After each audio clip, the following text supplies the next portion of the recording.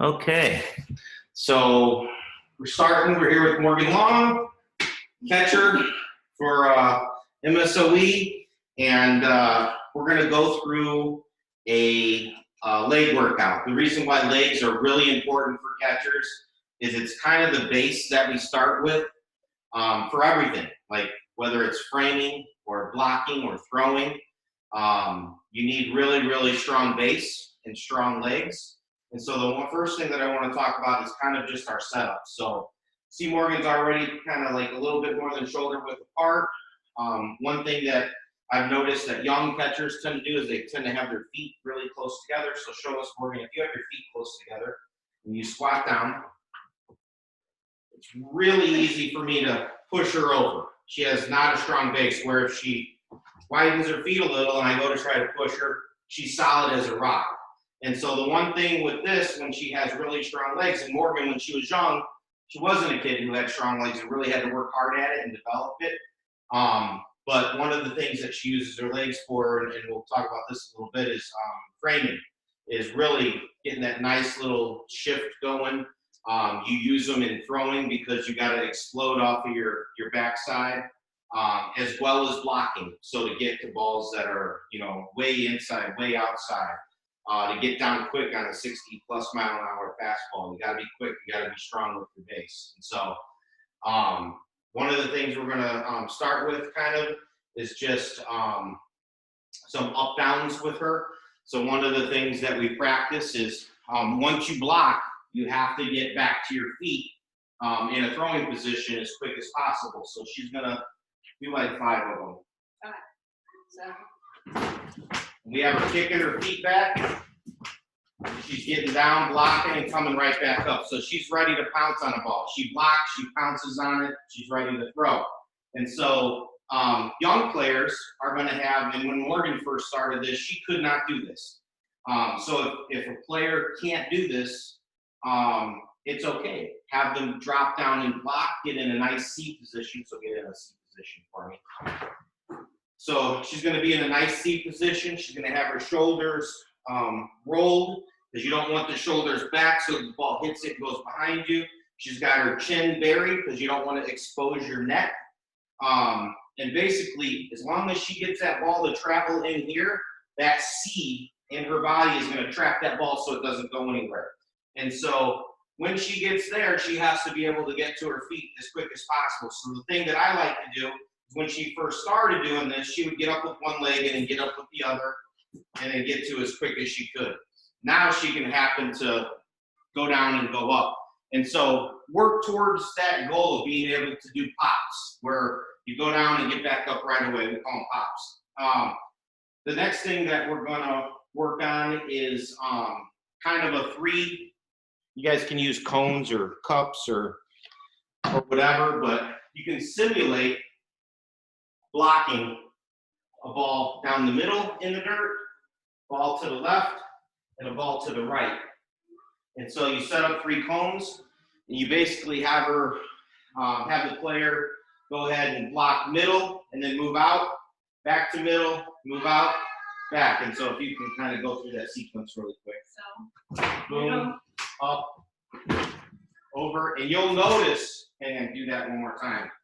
You'll notice when she kicks out with her leg, kick out with your leg, and she slides over, she gets down, her body is angled back towards home plate. So the key is we want the ball always funneling back towards home plate. We don't want it funneling somewhere else. So when she turns and she blocks to the right, she's turning her shoulder so that when the ball hits her, it comes right back to home plate. That's enough. Upstairs now. Okay? And then you'll also notice that when she goes to the other side, go ahead and get the other side. When she kicks out with her left foot, same thing. And so go through a sequence really quick, kind of fast of this. So this way. Yeah, so sometimes we'll set a stopwatch for like 30 seconds or a minute. Sometimes we'll just say you got to do 5 back and forths. And so basically, let's just do 5 for the sake of argument. Let's do 5 back and forth. But I like stopwatch where you say, okay, I'm going to see how many balls you can block properly in 30 seconds or a minute. And then have that player try to get their personal record. So why don't you go ahead and just do 5 back and forth. Middle, yep.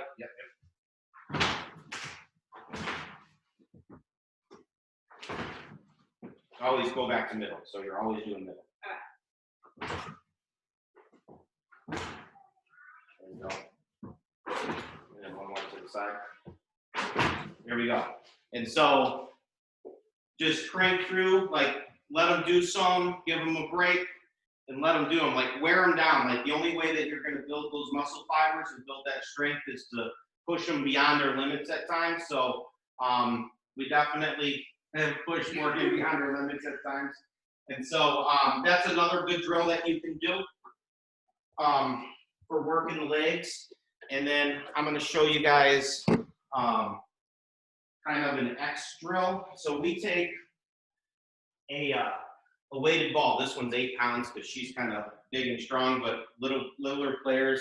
You can use a basketball. You can use a lighter weighted ball, but basically she's going to hold this ball and she's going to, we call it X because we want her to come up like she's ready to throw. Why don't you show them exactly what you do? And so you'll watch her feet. She goes down in a squat, and as she comes up ready to throw, she makes an X. So last time her feet were like this, now her feet are like this, and she's ready to throw. And so what we do is we say, okay, do 10 of those. And so just do 5 for right now. 1, 2, 3, 4, 5. And these are leg burners. Like once you go through a few sets of these, like I would recommend like 3 sets of 10 on these. They're definitely ones that'll smoke your legs, but excellent leg workout.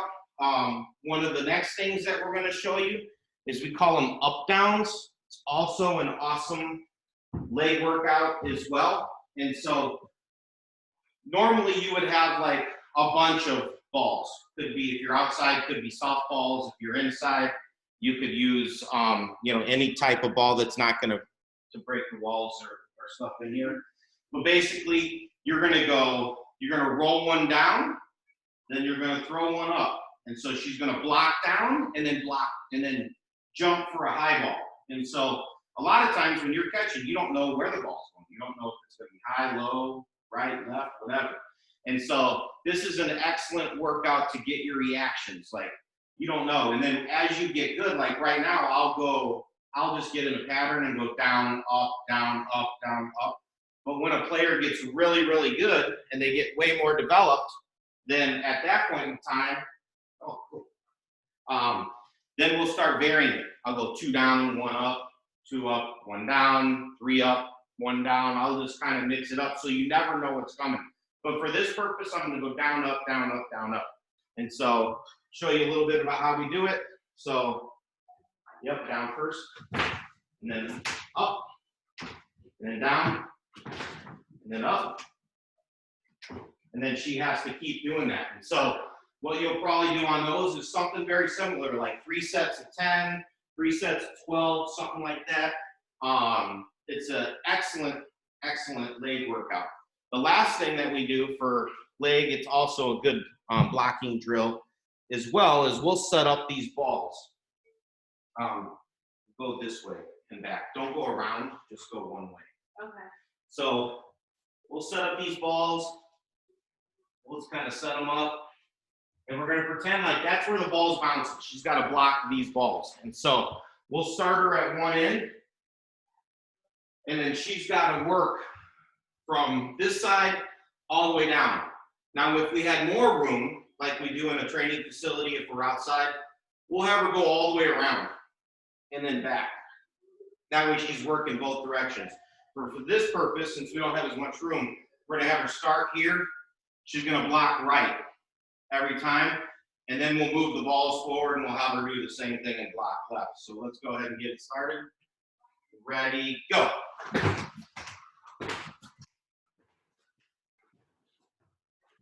Boom. Okay. Then we'll start her on this side so she has to go the other direction. And we'll do the same thing. And you guys got to be, once you do this a bunch of times, you get better at it every single time. So start down here. That way you're going the opposite direction. Okay. Okay, ready, go.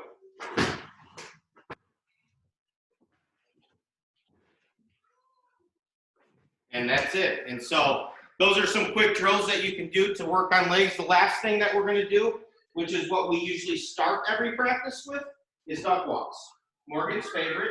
And so what I'll typically do is I'll set up like an X.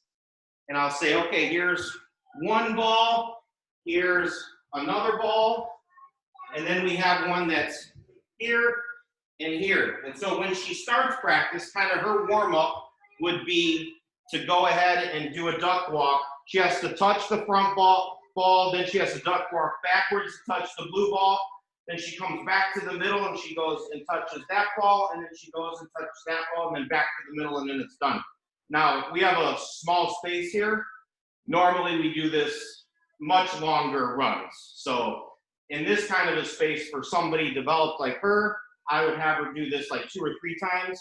For younger players, probably just once is enough.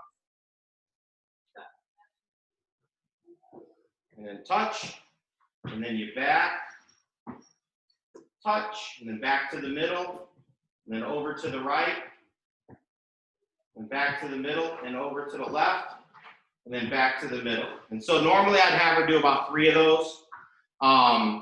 And that's a good way to kind of start your warm-up, get your legs kind of pumping. And kids that are kind of just starting out in catching, if they can go through this and get through it, you know that they have the ability mentally and potentially physically as well to be a good catcher, because let me tell you, all these leg workouts and stuff, very hard. But again, extremely necessary. If you're going to be a catcher, if you're going to be a high-level catcher, you have to have super strong legs. So it's something that you have to make an effort to work on the whole time. So I would say our workouts, when we do a catching workout, typically we'll go through about an hour workout. The first half an hour of that workout is really more of a leg conditioning portion. And then the rest of the workout, we'll work on skills like framing, blocking, and throwing at that point. And so, but we always start off and we always do a lot of legs to make sure that she got good, healthy, strong legs. And knock on wood, never had a leg or knee injury, because she works really hard at keeping her legs in shape. And it's extremely, extremely important. Like, if you want to be a good catcher, I would work your base and your strength before I would even start working on your skills. Because if you get a really strong base, the skills portion, easy, quick to learn. This, much longer process to going from being bad to good to great. And so I would definitely focus more time and effort on just making sure that your strength and your athleticism and your quickness when it comes to being a catcher is definitely hard. Any advice for anybody? Not really. I know that legs are definitely tough, especially when you're doing that many of them.